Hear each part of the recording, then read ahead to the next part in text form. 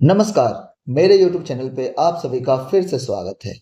आज हम फिर से 10 क्वेश्चन पर डिस्कशन करने वाले हैं और इसमें हम नए कॉन्सेप्ट, नए तरीके, नए वे ऑफ थिंकिंग को सीखने वाले हैं। और आप भी मेरे साथ क्या कीजिए, पेन और पेपर लेके बैठिए और आप भी इस क्वेश्चन को सोल्व कीजिए और आप देखिए कि इस क्वेश्चन को सोल्व करने में आप कितना समय लेते हैं, कौन सा तरीका अपनाते हैं, आप कैसे सोचते हैं। हमारा पर्पस पढ़ाने का है कि आपके सोचने के तरीके में बदलाव आना चाहिए। आप उस चीज़ों को सोचिए जो हम सोच रहे हैं। तो चलिए ज़्यादा समय ना गवाते हुए हम क्वेश्चन को स्टार्ट करते हैं और ये रहा आपके सामने क्वेश्चन नंबर 1। क्वेश्चन को देखते हैं एक बार। क्वेश्चन में क्या है कि एक इक्वेशन दे रखा है एक्स और वाई के टर्म में और हमें पूछा गया 2x प्लस 3y का मान पता करें। ध्यान रखें यहाँ पे इक्वेशन एक दिया गया है, वेरिएबल दो है। इसका मतलब हम एक वेरिएबल को कुछ भी मान सकते हैं। तो हम y को मान लिए 0। अब जैसे 0 माने तो जो निकालने बोला है ना, पहले इसमें 0 कीजिए। जैसे अब 0 किए इसको, y को 0, तो देखिए हमारा आंसर आएगा 2x। 2x का मतलब होता है कि जो हमारा आंसर होगा वह इवन नंबर होगा। 2x मतलब 2 से गुना होगा तो इवन बन जाएगा। पहला ऑप्शन तो नहीं होगा, दूसरा भी नहीं होगा, पांचवा चौथा भी नहीं होगा। हमारा ऑप्शन कौन सा हो जाएगा? Option number 3। तो ये कितना आसान से निकल गया ना। लेकिन एक डाउट है, बच्चा ये भी पूछ सकता है कि सर आपने बाई को 0 माना, एक्स को 0 मानिए। तो चलिए भाई, जरा एक्स को 0 मानते हैं तो इक्वेशन का टर्म 0 हो जाएगा। हमारा आंसर आएगा 3 बाई। अब आप बताइए, 3 बाई का मतलब होता है जो भी आंसर होगा, इसको एक बार मिटा देते हैं। यहाँ पे जो भी आंसर होगा वह 3 के मल्टीपल का होगा। इसमें कोई भी ऑप्शन 3 के मल्टीपल का नहीं है। इसका मतलब हम एक्स को 0 करके तो नहीं निकाल सकते थे, बाई को 0 करके निकाल सकते थे, इसलिए हमने बाई को 0 कर दिया। तो यहाँ से हमारा ऑप्शन कौन सा आ गया? ये 2 के मल्टीपल का होगा, तो ऑप्शन नंबर 3। आप ऐसे सोचते तो बताइए इस गिवन इक्वेशन का कोई भी मतलब हमें नहीं बना, इसकी जरूरत ही नहीं थी सोल्व करने की। हमें जो पूछा तो वहीं से हमारा काम हो गया। क्लियर? चलिए नेक्स्ट क्वेश्चन देखिए इस क्वेश्चन को एक बार पढ़ते हैं, तो बड़ा सा क्वेश्चन है। बोला गया जेम्स द्वारा एक वस्तु को 1920 रुपये में बेचकर अर्जित प्रतिशत लाभ उसी वस्तु को 1500 रुपये में बेचकर हुए प्रतिशत हानि के बराबर है। यदि वह 10% का लाभ कमाना चाहता है तो उसे वस्तु को किस विक्रय मूल्य पर बेचना चाहिए? ध्यान रखिए, सबसे पहले आप देखिए 10% का लाभ का मतलब होता है उसे कितना बेचना पड़ेगा? 110%। आप बताइए एसपी कैसे निकालते हैं? एसपी बराबर होता है सीपी इंटू 110/100। जगह 110% का मतलब 110/100 हो जाएगा। अब यहाँ सब जीरो जीरो काटिए, ये जीरो काटेंगे, ये जीरो काटेंगे, मतलब ये हट जाएगा। यहाँ बचेगा ऊपर 11, नीचे बचेगा 10। अब आप बताइए जो एसपी होगा ना, यहाँ पे जो एसपी होगा वो 11 के मल्टीपल का होगा। मतलब जो भी एसपी निकलेगा उसमें 11 का गुणज होना जरूरी है, क्योंकि 11 तो कटेगा ही नहीं पूरे इक्वेशन में। इस इक्वेशन में 11 नहीं कटेगा। तो हमारा सीधा क्या मतलब हो गया कि आंसर जो होगा वो 11 का गुणनखंड का होगा, 11 का मल्टीपल का होगा। ए कभी नहीं 11 से कटता है, ए भी 11 से नहीं कटेगा, ए भी 11 से नहीं कटेगा। 3 को चेक करने की जरूरत नहीं, आप चेक कर लीजिएगा बाद में, ये 11 से कटता है। क्लियर है? चेक करने का तरीका भी हम जल्दी बताते हैं, कैसे चेक कर सकते हो। बहुत सारे तरीके चेक करने का, जो सबसे सिंपल इसमें हमको दिख रहा है, हम एक बार तरीका बता रहे हैं। अदरवाइज हमारा आंसर आ चुका है ऑप्शन नंबर 3। आप क्या कीजिए 181881, इसमें हम क्या कर सकते हैं, कैसे लगाते हैं? अल्टरनेट, इसको इसको जोड़ते हैं, इसको इसको जोड़ते हैं। तो 9 - 9 करें कितना हो जाएगा? 0। और 0 तो 11, 11 से क्या सभी संख्या सकता है, तो 11 से भी लग जाएगा। क्लियर? तो देखिए आप ऐसे अगर सोचिएगा, बोले सर तो फिर इतना सारा जो दिया है इसका क्या मतलब है? इसका मतलब था अगर इससे काम नहीं बनता तो ऊपर जो कहानी लिखी थी उसका यूज करते, लेकिन हमें एग्जाम में तो आंसर सिलेक्ट करना है, हमें जो गिवन ऑप्शन उसमें सिलेक्ट करना है। तो अगर आप ऑप्शन सिलेक्ट हो गया तो आंसर क्या होगा उससे हमको मतलब नहीं, सीपी क्या था उससे हमको कोई मतलब। चलिए नेक्स्ट क्वेश्चन को देखते हैं। देखिए जो भी क्वेश्चन हम आपके सामने ला रहे हैं सारे एग्जाम में पूछे गए हैं। एक ये जो क्वेश्चन पूछा गया वो एनटीपीसी में पूछा गया है। क्वेश्चन में क्या बोल रहा है ना कि दिए गए समुच्चय के पदों को किस प्रकार समुच्चयों में पुनर्व्यवस्थित किया जा सकता है कि प्रत्येक समुच्चय के दो पदों का योगफल बराबर हो। मतलब इस पेयर का इस पेयर का इस पेयर का सभी का योगफल बराबर आएगा। इसका इसका इसका मतलब तीनों का योगफल जो पेयर है उन सभी पेयरों का योगफल देखा जाए तो किसी भी ऑप्शन को उठाए उसमें सबके बराबर आना चाहिए योगफल। आप बताइए बच्चे जानते क्या करेंगे? जोड़ जोड़ कर देखेंगे। अरे भाई इसमें जोड़ने की जरूरत नहीं थी, आपको तरीका आप सिखा देते, आप कैसे एग्जाम में आएगा नया क्वेश्चन तो कैसे सीखिएगा। आप देखिए सबसे अच्छा, जब सबका योगफल सेम होगा तो यूनिट डिजिट तो सेम आना चाहिए सबका। इसका यूनिट डिजिट कितना होगा? 8 7 15 5। इसका कितना हो जाएगा? 7 4 11। इसका 5 आएगा इकाई पे, इसका आएगा 1, तो ये तो पहले ही खत्म हो गया। आप इसको देखिए, 8 7 15 5 आएगा, 4 1 5 आएगा, 8 7 15 आएगा। ये हो सकता है, आगे भी हमको चेक करना पड़ेगा। 8 1 9 होगा, 8 7 15 होगा, गलत हो गया। 7 4 11 होगा, 8 1 9 होगा, गलत हो गया। बताइए हमारा ऑप्शन कौन सा हो जाएगा? केवल एक ही सही हुआ तो हमारा ऑप्शन हो जाएगा तो। हमें पूरा जोड़ के देखेंगे, पागल हो जाएंगे इसको जोड़ने में। तो एग्जामिनर आपसे ये चाहता है कि आप क्या इसमें देखना चाहते हो। अगर सबकी इकाई सेम होगी, बोले को पूरा क्यों जोड़े? अगर दो ऑप्शन में अगर मिल जाता ना तो हमको जोड़ना पड़ता, लेकिन जब एक ही ऑप्शन में मिला तो हमारा आंसर नंबर, ऑप्शन नंबर क्या हो जाएगा? ऑप्शन नंबर हो जाएगा 2। क्लियर है? ऐसे अप्रोच आप सीखिए मेरे साथ बैठ के। तो आप मेरे से पढ़ते हैं तो आपको ऐसा ही अप्रोच को सीखना पड़ेगा, तभी आप सारे क्वेश्चन को जल्दी जल्दी कर सकते हैं। हम इतना समय ले रहे हैं आपको समझाने में, अगर मुझे करना होगा तो हम 5 सेकंड 4 सेकंड में आंसर बना के निकल सकते हैं। क्लियर है? अगला क्वेश्चन देखते हैं। यह क्वेश्चन एक बार पढ़ के देखते हैं, बहुत अच्छा क्वेश्चन है। ये ग्रुप डी का क्वेश्चन है लेकिन बहुत अच्छा क्वेश्चन है।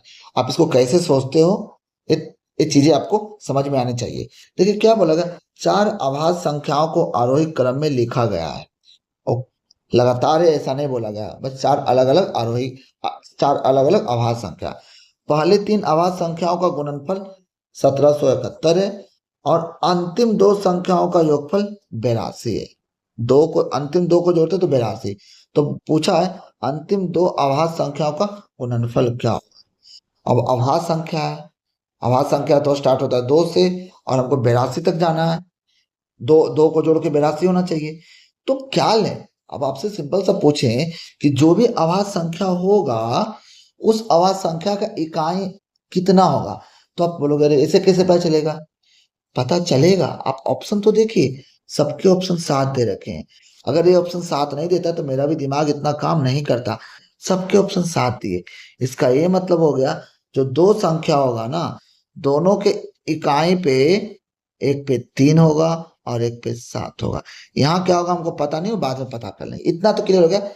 सॉरी, एक पे 3 होगा, एक पे 9 होगा, 9 तिया 27, तभी तो 7 मिलेगा इकाई पे गुना करके। ये गुना करके आया हुआ आंसर है।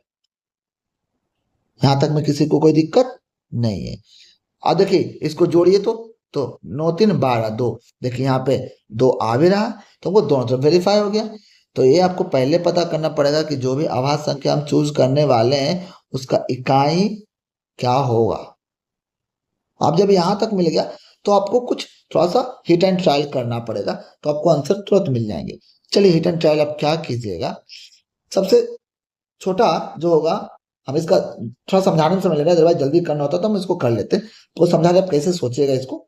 देखिए अगर पहला आभाज्य संख्या, अगर पेड़ लगाते पहला 3 होता तो अगला इसके, तो दूसरा कितना होता? 79। लेकिन ध्यान रखिए जोड़ के तो 82 मिल रहा है, गुना करके इसके अगल मतलब लगभग में भी नहीं आएगा तो पहले खत्म हो गया। अगला क्या हो सकता है? 13। क्यों? हम 3 3 वाला चूज करेंगे तो दूसरा अपने आप मिलेगा। जब इधर 3 लिए तो यहाँ कितना हो जाएगा? 9। और यहाँ पे हो गया 2 या 6।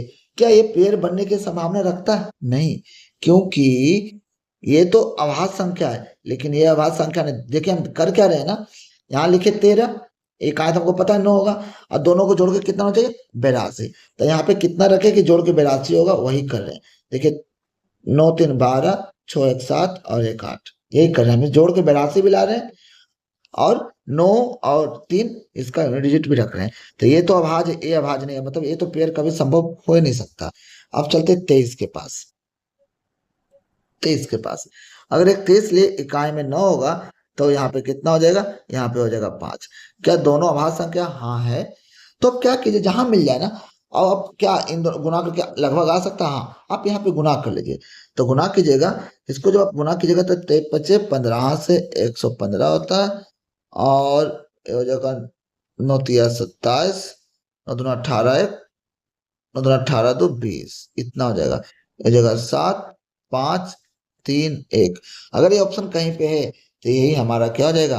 आंसर हो जाएगा। इससे ज्यादा सोचने की जरूरत नहीं। अगर आप बैठ के रिसर्च कीजिएगा तो मुश्किल है। आप बस वो दो पेयर को ढूंढना है और बोलेगा ये नहीं आएगा, क्योंकि एग्जामिनर इतना पागल नहीं है कि वो सबको मैच करवाएगा।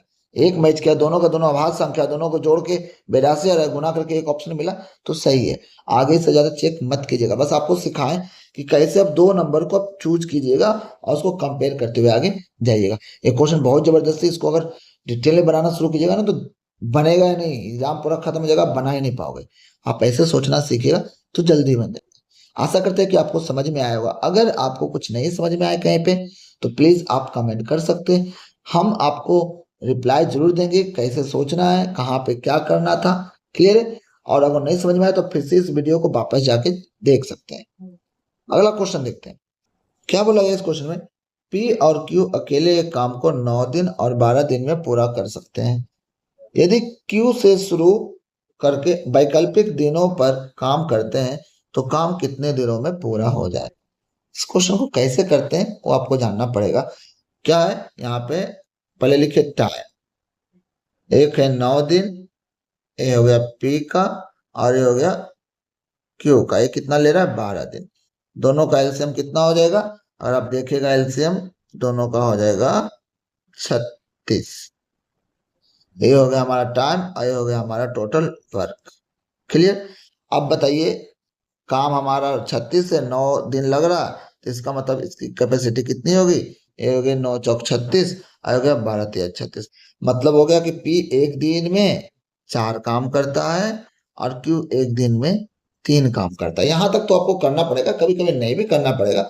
हम क्वेश्चन के देखिए, आप एक चीज मान लीजिए कि सभी किसी भी टॉपिक का सारा क्वेश्चन एक फॉर्मूले से बनेगा ऐसा नहीं है। आपको अलग अलग प्रोसेस आना चाहिए, तभी आप सारे क्वेश्चन को अटेम्प्ट कर पाइएगा। कभी यूनिट डिजिट लगा लीजिए, कभी मल्टीपल लगा लीजिए। अब देखिएगा इसी में कभी क्या लगा लिए हम, परसेंटेज का यूज कर लिए, कभी हम इक्वेशन में लास्ट में दिया उसका यूज कर लिए।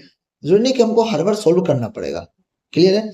अब यहाँ पे देखिए, अब उसने क्या बोला, क्यू से शुरू होता है, उसका अल्टरनेट चलेगा, एक दिन क्यू फिर एक दिन पी, एक दिन क्यू एक दिन पी।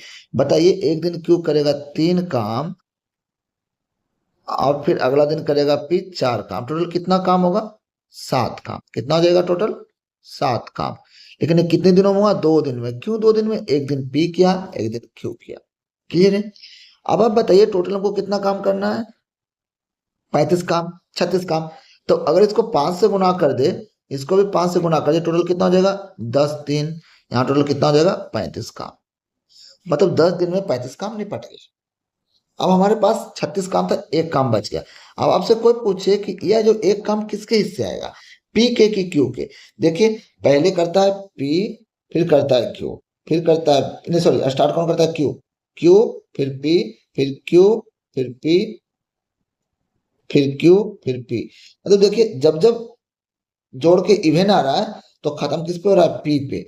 मतलब बचा हुआ काम फिर से देखिए, अब अगला काम फिर किस पे आएगा, क्यू पे। जो ऑड आ रहा है वो आ रहा है किस पे, क्यू पे। जो इवन आ रहा है वो आ रहा है किस पे, पी पे। तो जो एक बचा है, चलो यहाँ दिन देखिए, ये दिन देखिए 10, 10 तो पी पे खत्म हुआ, क्यू करेगा इसका बचा हुआ काम। तो इसका मतलब ऑप्शन जो होगा वो 10 वाला होगा। 11 पहले खत्म हो गया, 11 पहले खत्म हो गया।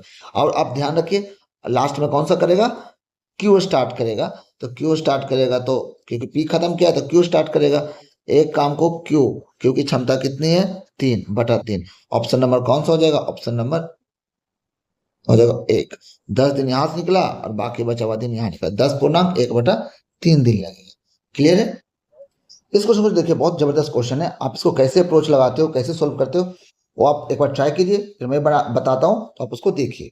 देखिए क्या बोला गया, 500 रुपये अंकित मूल्य पर एक वस्तु को 25%, 8% और x% का 3 क्रमिक छूट देने के बाद उसको कितना में बेचा गया, 303.60 रुपये में बेचा जाता है। यदि वही वस्तु 33 प्लस x% पर की एकल छूट पर बेची जाती तो उसका विक्रय मूल्य क्या होगा। ध्यान रखिए, जब तक आप x का मान नहीं निकालेगा तब तक यहाँ पे सोल्व करना बहुत ही मुश्किल है। तो आप इसको कैसे लगाइएगा अप्रोच, वो मैं आपको सिखाता हूँ।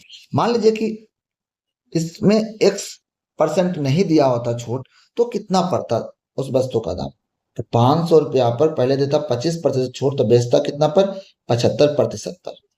उसके बाद फिर कितना छोड़ दिया, 8%, तो बेचा कितना होगा, 92% पर। अब यहाँ देखिए 0 0 0 0, 5 से किए तो यहाँ हो गया कितना 20, 5 से करो तो यहाँ हो जाएगा 5 चौके 20, 5 से करो तो हो जाएगा कितना 15 5 75, 4 से इसको काटो, 4 है कम 4 और ये जगह 3, 4 तिया 12, मतलब 15 गुना 13 होगा। 15 गुना 13 कीजिएगा, यहाँ पे हो जाएगा 15 गुना 13 रुपया में बेचा होगा। इसको गुना के 15 के 150, सॉरी 4 2 8, यहाँ पे आ जाएगा 23, यहाँ पे कितना हो जाएगा 23। अब इसको गुना किया तब ये होगा 345, गुना कीजिएगा तो कितना आ जाएगा 345 रुपये में बेचा होता। अब ध्यान रखिए यहां तक हो गया। अगर उस पर और x% का अगर वो छूट देता, x% का छोड़ देता तो वो वस्तु कितना बिक जाता 303.60 रुपया में। पहले तो ये पता करना है कि यहां से यहां तक का डिफरेंस कितना। जब आप इसको घटाइएगा तो हो जाएगा, यहाँ हो जाएगा 41.40 रुपीज। आप इसको घटा के देखिएगा तो 345 में जब 41.40 घटाओगे तो आ जाएगा 303.60। मतलब क्या हुआ कि हमें ये निकालना है कि हमें ये निकालना है कि 41.40 जो है वह 345 का कितना प्रतिशत है, वही तो हमारा x का मान देगा। आप इसको कैसे निकालिएगा, सबसे पहले तो यही समझ में आता है कि इसका 10% कितना होगा, क्योंकि ऑटोमेटिक है 10% तो निकाल ही सकते हैं। 10% कितना हो जाएगा हमारा, जगह 10% हो जाएगा 34.50, इतना हो गया। अब इसका 1% कितना होगा, इसका 1% निकालिएगा, इसका 1% होगा, 1% हो जाएगा हमारा 3.45। अभी भी देखिए हमें 34 तो में निकल गया, हमें जाना कहाँ तक 41 तक, तो कितना का अंतर हो रहा है, इधर से देखिए तो हो रहा है 6.5 का, 6 समथिंग का हो रहा है। मतलब 3 को अगर डबल करोगे तो काम बन सकता है। तो हम 2% निकाल के देख लेते कितना होता है। 2% मतलब गुना करेंगे कितना में, 3.45 में गुना करेंगे 2 से, तो कितना हो जाएगा, ये हो जाएगा 90.3 दूना 6, कितना होगा, इतना आ गया। अब आप क्या कीजिए, इसको आप जोड़ के देखिए 41 आ रहा है कि नहीं। 0 9 5 14, 6 4 10 1 11 3 1 4, मतलब क्या हुआ ना कि 345 पर टोटल कितना परसेंट का छूट दिया गया, 12% का। तो हमें कहाँ से कहाँ पहुंच गए, 345 से पहुंच गए 303 पे। इसका मतलब जो x का मान है वो 12% है। यही आपको बताना चाहते थे। सीखे कैसे, 10% निकालिए, फिर 1% से 2% कर जाइए, तो आप कहीं ना कहीं आंसर तक के नजदीक जाइएगा, तो आपको सोचने आ जाएगा 12% होगा। यहां तक समझ में, x का मान 12। अब इसको मिटाते हैं, आप इसको नोट डाउन कर लीजिएगा। अब ये कितना हो गया, यहाँ हो गया 12, तो मतलब टोटल कितना हो जाएगा, 45% का छूट दे रहा। तो बेच कितना रहा है, तो 500 का कितना बेच रहा होगा, 55% पे वो बेच रहा है। 0 0 कैंसिल, अब इसको गुना कर लीजिए, 5 5 25, 5 5 25 2 27। ऑप्शन नंबर कौन सा हो गया, ऑप्शन नंबर हो गया हमारा 4, 275 रुपया। क्लियर। ये थोड़ा हार्ड क्वेश्चन था, लेकिन आप ऐसे क्वेश्चन भी को भी करना सीखे, तभी आप औरों से अलग हो पाइएगा। जब तक इसमें x का मान नहीं निकलेगा, या 33 प्लस एक्स नहीं निकलता, 33 प्लस एक्स निकल गया तो हमें पता चल गया 45% का छूट दे रहा, तो 55% पे वो क्या कर रहा होगा, बेच रहा होगा। तो हमारा नया सीपी कितना आ जाएगा उस समय, सॉरी नया एसपी कितना आ जाएगा, 275 रुपये। क्लियर है। चलिए अगला क्वेश्चन देखते हैं। ऐसे क्वेश्चन एक आध दो मिलेंगे जहाँ पे आपको मेहनत करना पड़ सकता है एग्जाम में भी। यह क्वेश्चन देखिए, ये भी बहुत अच्छा क्वेश्चन है। आप इसको कैसे अप्रोच लगाते हो मैं आपको बता दूंगा, कैसे क्या करना पड़ेगा, शॉर्टकट में कैसे कर सकते हो। बोल रहे 5,000 रुपये की कुल राशि में से दानिश ने एक हिस्सा 12% प्रति वर्ष साधारण ब्याज पर और शेष हिस्सा 10% प्रति वर्ष साधारण ब्याज पर निवेश किया। यदि 2 वर्षों में दानिश को अर्जित कुल ब्याज 1072 रुपया के बराबर है, तो दानिश ने 12% प्रति वर्ष साधारण ब्याज पर कितना राशि निवेश किया था। मतलब उसके पास 5,000 रुपये, उसको 2 हिस्सा में बांटता है, कुछ पार्ट को लगाता है 12% पे, कुछ पार्ट को लगाता है 10% पे, लेकिन अंतिम में 2 साल के बाद उसको 1,072 रुपया मिलता है। तो पूछा गया कि जो 12% पे लगाया गया, निवेश किया गया होगा, उसका मान बताए। तो जब आपको ऐसे क्वेश्चन मिले तो 12% बोले ना, तो 10% पे ध्यान दो। मान लो कि पूरा का पूरा पैसा 10% पे लगा देता, पूरा का पूरा पैसा किस पे लगाता, 10% पे, तो 2 साल में 10% का कितना हो जाता, 20%। कितना हो जाता, 20% ब्याज मिल जाता। 20% का मतलब कितना हो जाएगा, यहाँ जोड़ लीजिए तो हो जाएगा 0 0 कट जाएगा। 20% कितना हो जाएगा यहाँ से 1000। आपको क्वेश्चन से करना चाहिए, इतना बच्चा की तरह नहीं आना चाहिए, आप जल्दी जल्दी निकालना सीखिए। अब आप बताइए, लेकिन उसने तो कमाया कितना, उसने कमाया कितना, बहत्तर, 1072 मतलब 1072। तो 72 रुपया का क्या हो गया, डिफरेंस हो गया ना। आप ओरिजिनल में देखिए, तो अगर 12% का मतलब 2 साल में कितना हो जाएगा, 24%। और 10% का मतलब 2 साल में कितना हो जाएगा, 20%। परसेंटेज के हिसाब से दोनों में कितना का अंतर है, एक 20%, एक 24, 4%। ये जो वैल्यू है ना, ये 4% के बराबर होगा। हम ध्यान रखें क्या बोले, जब 12% का पूछे तो अब 10% पे कैलकुलेशन कीजिए, अगर 10 पे पूछता तो हम 12 पे करते। तो हम 10% पे कैलकुलेशन करके 1000 निकाले, और जो हमें मिला था ओरिजिनल उसमें से इसको घटा के देखे तो 72 रुपया का अंतर हो गया। और जो अंतर है, ये टोटल परसेंटेज डिफरेंस जो है 4% उसके बराबर होगा। अब हमको क्या देखना है, 4% का मान इतना, तो 100% का मान कितना होगा, इसको 25 से क्या कर देंगे, गुना कर देंगे, तो हमें 100% का मान निकल जाएगा। तो हमारा 100% का मान कितना हो जाएगा, और इसको गुना कीजिए। तो ध्यान रखिए, अब इसको गुना करने का एक तरीका बताते हैं। जब आपको 25 से कभी भी गुना करना हो तो आप गुना मत कीजिए, इसको क्या कीजिए, इसको 4 से गुना कीजिए और 4 से भाग दीजिए। क्यों, क्योंकि ये क्या बन जाएगा, ये बन जाएगा 100, इसका झंझट हो जाएगा खत्म। अब इससे भाग दीजिए 72 में, तो 18 चौक 72 होता है, हमारा आंसर कितना हो जाएगा, 1800 रुपये। कितना हो जाएगा, 1800। आंसर कौन सा हो जाएगा इसमें, 1800। क्लियर। इस तरीके से आप इस क्वेश्चन को जल्दी कर सकते थे, 2 लाइन में आंसर आ जाता है। चलिए नेक्स्ट क्वेश्चन को देखते हैं। इस क्वेश्चन को एक बार पढ़ के देखते हैं। बोल रहा एक क्रम में व्यवस्थित 11 संख्याओं का औसत 41 है, पहली 5 संख्याओं का औसत 18 है और अंतिम 5 संख्याओं का औसत 64 है। तो बीच वाली जो छठी संख्या वो ज्ञात करें। ध्यान रखिए, हम क्या के ना हम अगर मेरे YouTube चैनल को देखिएगा तो वहाँ पे मैंने एवरेज का एक क्वेश्चन बताया है, उसमें मैंने एवरेज लाइन कॉन्सेप्ट बताया है। हम इस पे और भी वीडियो लाने वाले हैं जहाँ बताएंगे एवरेज लाइन कॉन्सेप्ट कितना अच्छा चीज है, जिससे आप क्वेश्चन को बहुत जल्दी कर सकते हो। ध्यान रखिए, एवरेज लाइन कॉन्सेप्ट में क्या करते हैं, एक एवरेज लाइन बनाते हैं ओवरऑल, जो कि कितना है, 41 है। क्लियर है, 41।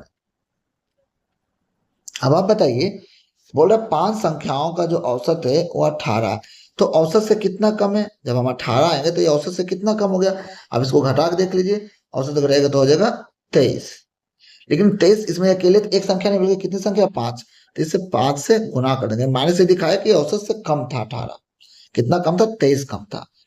अगली जो 5 संख्या होगा वो 64 है, उसका औसत 64 है। 64 41 से ज्यादा होगा, आपसे पूछेगा कितना ज्यादा, तब इसको घटा दीजिए तो इसमें भी आएगा कितना, +23। लेकिन ये अकेले नहीं था, ये 5 संख्याओं को जोड़ के था। ये कितना हो जाएगा, 5। अब हमें क्या करना था, इन दोनों का जोड़ना था, आपस में क्या करना था, दोनों को जोड़ना था। तो हो जाता 23 × 5 और -23 × 5। क्लियर। ये ध्यान रखिए, अगर यहाँ तो सीधे सीधे दोनों कट रहा है तो हमारा आंसर क्या होगा, 0 हो जाएगा। 0 का मतलब हो गया कि जो एवरेज था उसमें कोई फर्क नहीं पड़ेगा, 41 का 41 रह जाएगा। आंसर कौन सा हो जाएगा, ऑप्शन नंबर 4। अगर यहाँ पे कुछ और वैल्यू आता, तो अगर प्लस आता तो 41 में जोड़ देते, और नेगेटिव आता तो 41 में क्या करते, घटा देते। क्लियर। यही करना था, इसमें ज्यादा नहीं करना। एवरेज लाइन के ऊपर और नीचे जाना होता है, कितना ऊपर कितना नीचे, और जितने संख्या के बारे में बोला गया उस संख्या से हम उसमें गुणा करेंगे, फिर दोनों को कंपेयर करें। यहाँ दोनों को कंपेयर करें, कितना ज्यादा कितना कम। 0 मतलब वहीं का वहीं रह गया, 41 का 41 हो गया। क्लियर। यह एक नया कॉन्सेप्ट है जिसको हम बोलते हैं average line concept. Average line concept हम इसको फिर से पढ़ाएंगे, बेसिक वाले जो वीडियोस होंगे उसमें हम अच्छे से समझाएंगे कि एवरेज लाइन कॉन्सेप्ट को यूज करके ना आप बड़े से बड़े एवरेज वाले क्वेश्चन को बहुत चुटकी में कर सकते हैं। क्लियर है। चलिए नेक्स्ट क्वेश्चन को देखते हैं। क्वेश्चन नंबर 9 क्या बोला गया, बोला गया पी क्यू आर की आयु का अनुपात 4 7 और 9 है। 8 वर्ष पहले आर की आयु क्यू की वर्तमान आयु के बराबर थी। यहां तक पढ़े। आगे बोला गया वर्तमान में उनकी आयु का योगफल, किनकी आयु, आर और क्यू की आयु का योगफल। आप अनुपात में बताइए, क्यू और आयु का अनुपात में जोड़ने पे कितना आएगा, 9 7 16 आएगा। कितना आएगा, 9 7 16। इसका मतलब इसके योगफल का जो वैल्यू होगा वह 16 के मल्टीपल, क्योंकि यहाँ पे और कुछ वैल्यू आएंगे, और 16 के मल्टीपल का होगा। ऑप्शन में सबसे पहले देखिए 16 के मल्टीपल का कौन है, 16 से 60 नहीं कटेगा, 100 नहीं कटेगा, 50 नहीं कटेगा। आंसर कौन सा हो जाएगा? Option number 4। ध्यान रखिए अंतिम में पूछा गया योगफल, योगफल कितना है? 16। 16 के मल्टीपल का ही होगा, गारंटेड है। अगला क्वेश्चन देखते हैं, लास्ट क्वेश्चन। देखिए यह क्वेश्चन है ना, इसी साल ना यूपीएससी के सी सेट में पूछा गया है। ज्यादा टफ क्वेश्चन नहीं है, बस आपको यहाँ बताने आया कि अगर आपका कॉन्सेप्ट थोड़ा बहुत भी अच्छा हो ना, तो आप इस क्वेश्चन को बहुत अच्छे ढंग से कर पाइएगा। क्वेश्चन बोला गया एक संख्या है पी, जो कैसे बना? Q Q Q Q Q, मतलब कोई एक नंबर को रिपीट किया गया 3 टाइम, 3 अंक की संख्या है। तो बोला उस पी और 481 का एसएफ ज्ञात करो। क्लियर? आप बताइए इसका मतलब पहले बताइए। क्यू इंटू 111 111 होगा। आप इसको अगर तोड़िएगा, ध्यान रखिए 111 3 से कटता है। क्यों? इसको देखो 1 2 3 से कटेगा, 3 से कट रहा है, 3 से भागा दीजिएगा तो कितना आ जाएगा? 3 तिया 9 और 3 सतह 21, मतलब 37। तो इस पूरे पी को तोड़े तो पी जो हुआ उसमें क्यू गुना 3 गुना 37। क्यू कुछ भी हो सकता है, 1 भी हो सकता है, 2 भी हो सकता है, 3 मतलब क्यू से टेंशन नहीं लेना। अब जरा इस 481 को देखते हैं, थोड़ा ऑप्शन से देख लेते हैं सबसे पहले कि इसमें 13 तो नहीं आया, पी में 13 नहीं आया तो 13 नहीं होगा। 1 हो सकता है, कुछ नहीं मिला तो 1 आंसर होगा। 37 होने का चांस है, लेकिन अभी आगे देखते हैं 481 होगा क्या। अब इसको तोड़ते हैं 481 को। तो अब इसमें जब भाग दीजिएगा, 13 से भाग लगता है, 13 से भाग लगेगा तो कितना होगा? 13 तेरह 39, और यहाँ पे अपना बच जाएगा 39, यहाँ पे बच जाएगा 13 सतह 91, 91 इतना बचेगा। मतलब 481 को तोड़े तो 13 गुने कितना हो गया? 37 हो गया। अब सबसे पहले बात तो देखिए 13 तो पहले गायब था। आप बताइए 481 तो नहीं हो सकता, क्योंकि उसमें 481 मिलेगा नहीं, तो ये भी ऑप्शन गया। एक तो ऐसे ही इसलिए चला गया क्योंकि जब हमको 37 मिल गया तो हमको एक एक देखने की जरूरत नहीं थी, तो हमारा आंसर कौन सा हो जाता? Option number 3 37। क्योंकि 37 इसमें भी है, 37 इसमें भी है, 3 इसमें नहीं है, 13 इसमें नहीं है। 13 3 तो पहले ही कट गया ऑप्शन से, और 481 इसलिए कट गया क्योंकि इसको गुना करने पर 481 नहीं आए। क्लियर है? कोई बच्चा ये भी पूछ सकता है मेरे से कि सर 13 क्यों नहीं होगा? भाई यहाँ एक डिजिट है, यहाँ जब तक ये 13 नहीं आएगा तब तक ये दोनों गुना होके 481 नहीं आएगा। यहाँ एक डिजिट आएगा, और डिजिट आप कहाँ से कहाँ रख सकते हो? 1 से लेकर के 9 तक। आप इसमें 1 से लेकर 9 तक कुछ कुछ भी रखिए, इसको और 37 को गुना करके 481 कभी नहीं मिलेगा। इसलिए बहुत बच्चे बोलते क्यों नहीं मिल सकता? आप क्यों के जगह पे हम कुछ भी चेंज रख सकते हैं। आप क्यू की जगह पर जब तक 13 नहीं रखेगा, 37 से गुना करके 13 गुना कीजिएगा, तभी 481 आएगा। तो यहाँ क्यू एक डिजिट है, तो 1 से लेकर 9 तक ही रख सकते हैं, तो 481 ये नहीं आएगा। क्लियर है? तो ऑप्शन नंबर कौन सा हो जाएगा? 3 37। तो आशा करते हैं कि आप मेरे इस वीडियो से बहुत कुछ सीखेंगे। आप अलग अलग अप्रोच आपको बताते हैं, अप्रोच सीखिए। कुछ क्वेश्चन में लॉन्ग जाएगा, ऐसा नहीं कि आपको 10 के 10 क्वेश्चन 5 सेकंड में हो जाएगा। आपको थोड़ा बहुत किसी क्वेश्चन में करना पड़ सकता है, अगर वो इजी नहीं होगा तो करना पड़ेगा। लेकिन आप ये देखिए क्या हम उसको अलग तरीके से सोच सकते हैं, इजी तरीके से सोच सकते हैं। अगर आप सोच सकते हैं तो उस अप्रोच को लगाइए, और अपने अप्रोच पे हमेशा बिलीव कीजिए। ऐसा नहीं यार मैंने तुक्का तुक्का नहीं होना चाहिए। जो आप अप्रोच लगा रहे हो, मैंने अभी जितने क्वेश्चन किया आप उसको एक बार फिर से देखिएगा। हम जो भी लगा उसमें एक लॉजिक बताया कि क्यों ऐसा कर रहे हैं, तो इसका मतलब वो तुक्का नहीं हो। क्लियर है? चलिए आशा करते हैं आप कुछ ना कुछ जरूर सीखे होंगे। आप मेरे इस वीडियो को फिर से रिवाइज कीजिए, प्रैक्टिस कीजिए, और नए क्वेश्चन के साथ इसको अप्लाई करने की कोशिश कीजिए। मिलते हैं आपको नेक्स्ट वीडियो में, तब तक के लिए धन्यवाद।